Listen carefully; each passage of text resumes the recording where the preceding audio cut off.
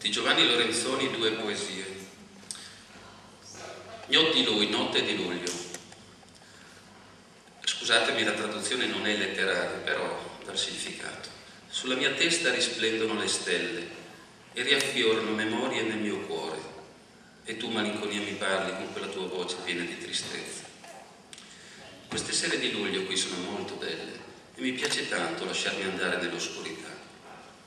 Ma il mio pensiero, la mia mente è tutto un volo di vele che là, tra cielo e mare, si rincorrono.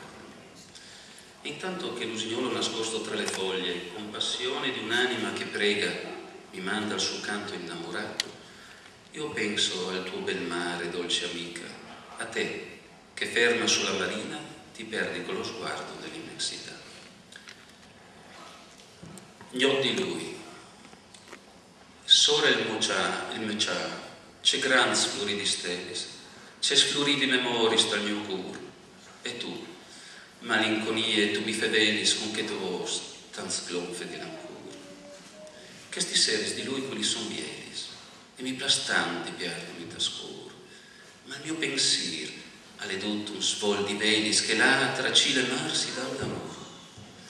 E intanto che rosignol tra fue quelle passion di un'anime che al mi manda il sociante innamorato, io pensi al tuo bel mar, ciare menine, a ti, che ferme là sulle marine, tu stas, cui voi perduste immensità. Fuori stagione. Oggi nel cuore mi canta un'allodola e canta con vera gioia. In questo mio cuore tanto vuoto, stanco, un po' frusto. Tra pochi giorni c'è il Natale e lì fuori sta piovendo da mattina a sera e piove anche di notte. Ma questo cuore impazzito si sogna di essere in primavera. Non ho nessuna ragione di essere così contento, eppure potrei dire che per i matti non c'è stagione. Nel mio cuore canta un'allodola. Fuori di stagione.